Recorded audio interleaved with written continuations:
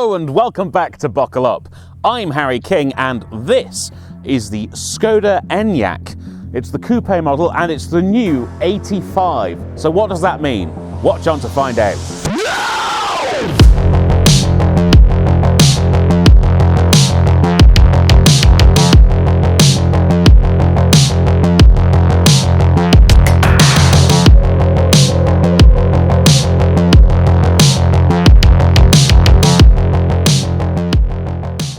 So we'll start here at the front as usual. You can see this has the standard Skoda face with this grille that's looking ever more like an old BMW grille by the day, except obviously this is filled in the centre, although this is also filled in the centre. It's solid because this is an electric car. You do have a proper grille lower down.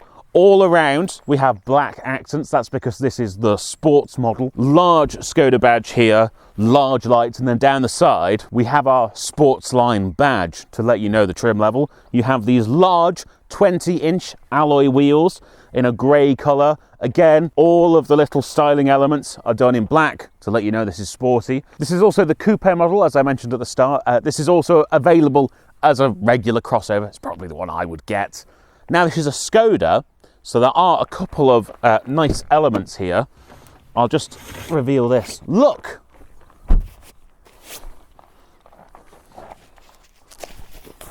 Umbrella.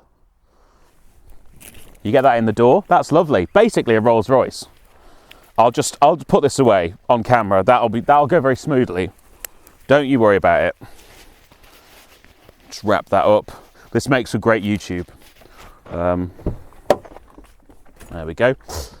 What you don't get though, and you usually get on Skodas, you would usually find a little ice scraper in the fuel filler cap here, but of course this is an electric charger, so there's kind of a big rubber plug to stop water getting in the charger, and that means there's nowhere left to put your ice scraper. Should we go around the back? So here we reach the badging, 85X. This is a facelift, which you wouldn't necessarily be able to tell by looking at it, but there is a difference. This is no longer the Enyaq IV, it's now just the Enyaq, because that's all anyone ever called it. And they've introduced this 85 trim level, which relates to the battery size-ish. It used to go 60, then 80, then VRS. It now goes 60, 85 VRS. So you're thinking, okay, roughly 60 kilowatts, roughly 80 kilowatts, and then the VRS. And that's now roughly 85, right? Wrong, the battery is still the same size, but the motor is more efficient, giving you more power and greater range. And Skoda obviously feel that this means that effectively you have a bigger battery in their head. So that's why they've done this. An X means all-wheel drive. Let's get into the boot. And actually, fear not about the ice scraper, for Skoda have fitted it here. There's a huge amount of space in here, humongous. And obviously this is the coupe variant, so there's even more room in the standard crossover. There is a lip to the boot here. You can get something called the transport pack, which means you get a false floor as well as some netting.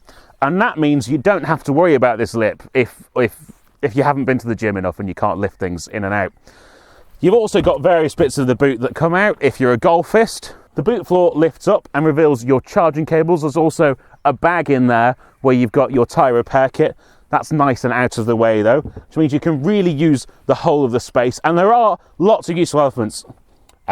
There's lots of useful elements.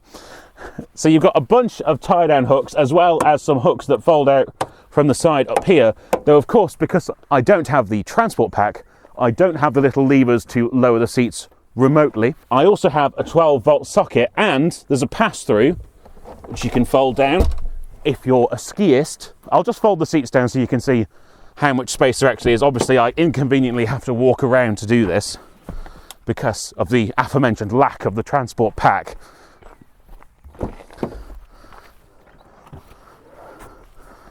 Ugh. Look at that, look at all that room. Look at all the things you could fit in there. All those efficient, practical, Skoda-y things. Should we see how we fit in the back seats?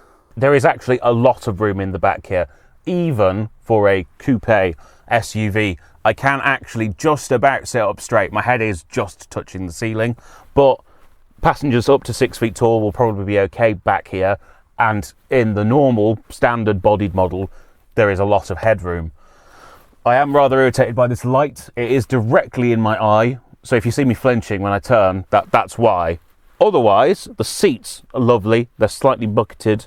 And in the centre, we find our friend Alan Cantara. Otherwise, there's this pleathery material on the outsides, but it's nice and soft. Seat back pockets galore. I've got a big one and then a little one that would be handy for my phone. I've also got large door pockets with a space for a bottle. And if I need cup holders, I've got this fold down armrest with cup holders in it here.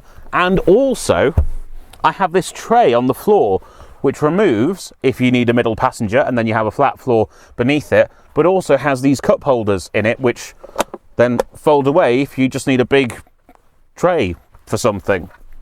Pop that back down, because also down here we have two USB-Cs, we have a climate control zone, and we have Isofix on the outer seats in the back here with these flip down covers, but they remain attached so you won't lose them, as well as Isofix on the front seat, which we can see from the top tether on the back of this passenger seat here. We also have this large panoramic roof, which is really nice and helps make this feel a bit lighter and brighter, because with the dark headlining and the coupe body style, these back windows can feel a little bit small. Of course, if you want it to feel darker, you can use these to help block out the sun if you've got a sun-sensitive small baby in the back, which is lovely. Let's see though if it's lovely in the front. It is pretty lovely up here actually. I've got the same Allen centre on my seats. These are fully integrated sports seats, so there's an integrated headrest, but it's at the right height for my head. And actually I feel nicely hunkered down in this cabin. The seating position's quite high, this being a crossover, but lots of the cabin kind of comes in and cuddles me in a warm embrace. I'm going to start here with this. So you've got this center console storage area, which by the way is massive, and it has multiple bits inside where you can kind of configure what shape or size you want it to be, but it's just a huge space. But also on top of that, this armrest here ratchets, so you can just angle it up to there and then it's just the right level for your arm. Soft touch on the door here as well. There are some harder parts of this cabin, but I think overall all the important touch areas have been dealt with properly and they are pleasant to be in contact with. I've got a super adjustable steering wheel, reach and rake. Look at that, all the movement in the world. I've got an electric driver's seat. Passenger seat is manual in this car. You can spec it with an electric passenger seat as well. It's quite expensive. And then for the rest of the practicality, I've got a large bin here. I've got two cup holders where I can adjust the size side to side of each cup holder, although obviously to make one larger you have to make the other smaller. I also have a wireless Qi charger down here and two USB-Cs where you can connect to the Apple CarPlay or Android Auto, though it is also wireless and it does work rather seamlessly. You have a disappointing glove box, unfortunately. Being related to an ID product, they've not bothered to move the fuse box for right-hand drive models. This will be much better if you live in a left-hand drive market. And then the pièce de résistance. It's just a huge space under here. So much room if you want to have a handbag or I think 12 packs of pork pies would fit in there easily. The door bins are also huge. There's space for a bottle and also all of the bottle accessories. And then we come to this, the infotainment. So this is the VW system that we all know and don't love. There's not enough buttons. Skoda have gone a long way to improve this. There are more buttons in here than you would find in the equivalent VW. So I have a row of buttons down here. I can quick access my climate, I can quick access my parking camera, I can change my driving modes, I can get up my assist systems in one touch, but then I still have to do something in the screen in most cases. Being the newer system, it does always have the climate controls on the screen at all times. You don't have to pull them up, but there's no physical buttons to change the temperature or the fan speed, which I don't love. Also, I just find that it's slightly fiddly to navigate with. There's not a back button in a conventional sense. You're always going back to the previous menu and then searching around. And then things are listed. Look, you press vehicle and then there's an option for vehicle and also assist systems and also settings. And then a separate sound settings area. And then there's also a home button at the bottom, but that just takes me back to where I was previously, unless I press it twice, and then it brings me to the map. The good news is, as I said, pretty seamless on the Android Auto, so I can just press that button and use that system and not worry about any of this. And my volume and track controls are physical and on the steering wheel, so I can do all of that here. Cruise control, physical buttons, wipers, lights, everything else, physical buttons. I've got a couple of buttons down here to do my auto lights and stuff. So it's better. It is better than the VW system, but there's a way to go. I understand that Skoda just kind of have to deal with the hand they've been dealt. Interestingly, I have a boot release on the door, as if this was a saloon car. And I also have an engine start-stop button, but as soon as you get in the car, it's on, and you put your foot on the brake, and it just says, ready to drive, and you just go into drive and goes. Anyway, that's just about everything covered off, so let's go and take it for a drive.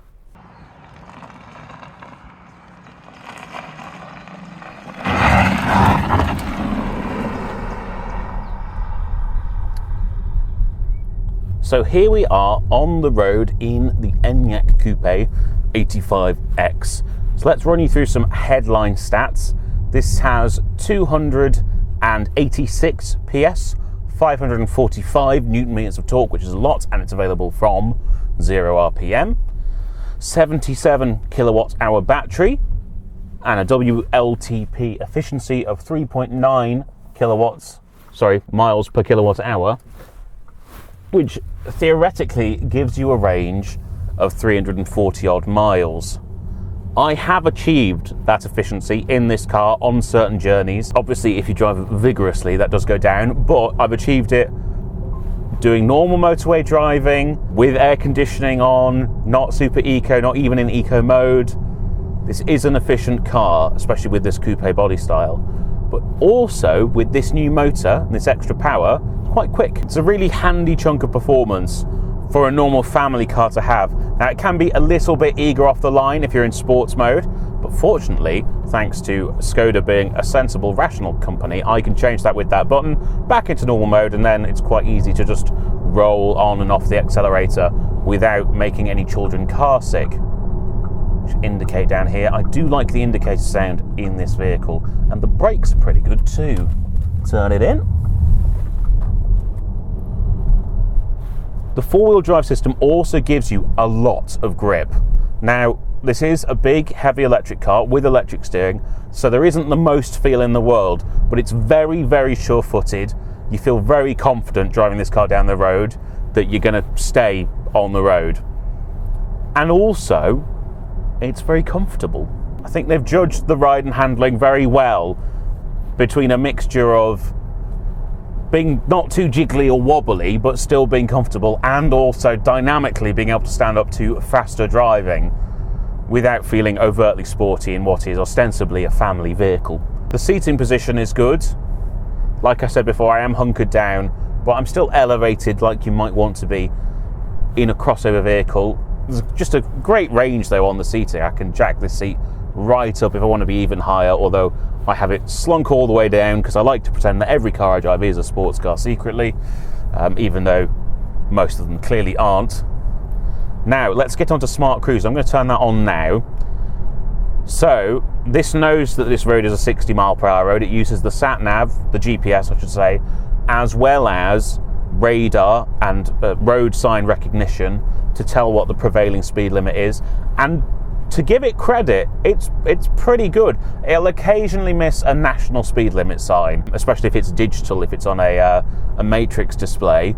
But for actually reading proper road signs, it gets it right nearly all the time.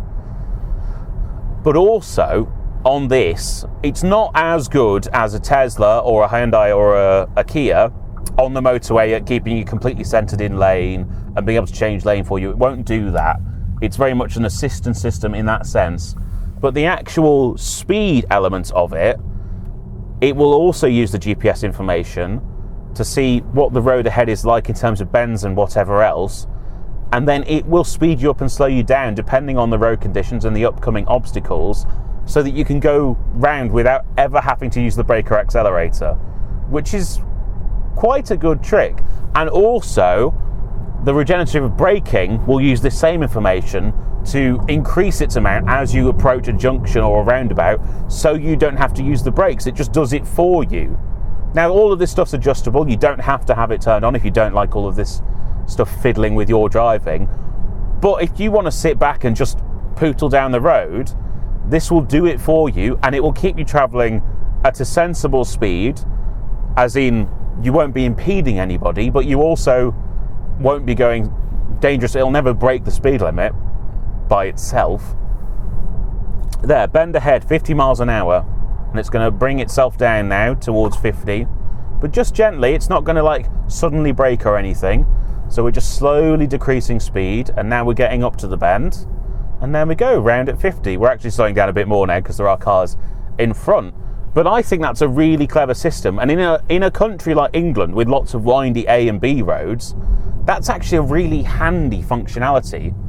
Much more useful than being able to change lanes on the motorway, because how often are you actually on a very, very long motorway journey? Probably not that often. Now though, here's my little bit of dynamic road. So let's see what this is like. I'll pop it back into sports mode. Steering wheel weights up a little bit. So as I've said, all-wheel drive on this. Otherwise it would be a rear-wheel drive vehicle, which would be a little bit more lively. I don't think you really need the all-wheel drive, to be fair. It's nice to have, but you get kind of 20, 25 more miles range with the rear-wheel drive vehicle, which is probably more important to most people. In terms of things that you should be speccing on this, heat pump is not standard. I would always spec the heat pump. I know there's lots of things out saying that you don't necessarily need it or you won't make the money back or whatever else, but in terms of day-to-day comfort, and I think in terms of when you come to sell the car at the far end of all this, the heat pump's going to have been worth it. Also, depending on what trim level you get, not all of this equipment comes as standard. I think this advanced cruise stuff's very good, especially if you do a lot of driving and don't want to, or you want to be able to relax on a drive. Definitely worth it. I know I've joked about it a lot, but if you're doing a lot of hauling, the transport package makes sense. I would get the smallest wheels possible. Smaller wheels makes more of a range difference than getting the coupe body style. So I would get a normal shaped one, an estate shaped one effectively, and the smaller wheels, and I would get my range that way personally, because then it will also ride better. This is on 20s and the ride can be a little bit fidgety over broken surfaces. I think though I've said everything I need to, so let's go back and do a bit of a conclusion.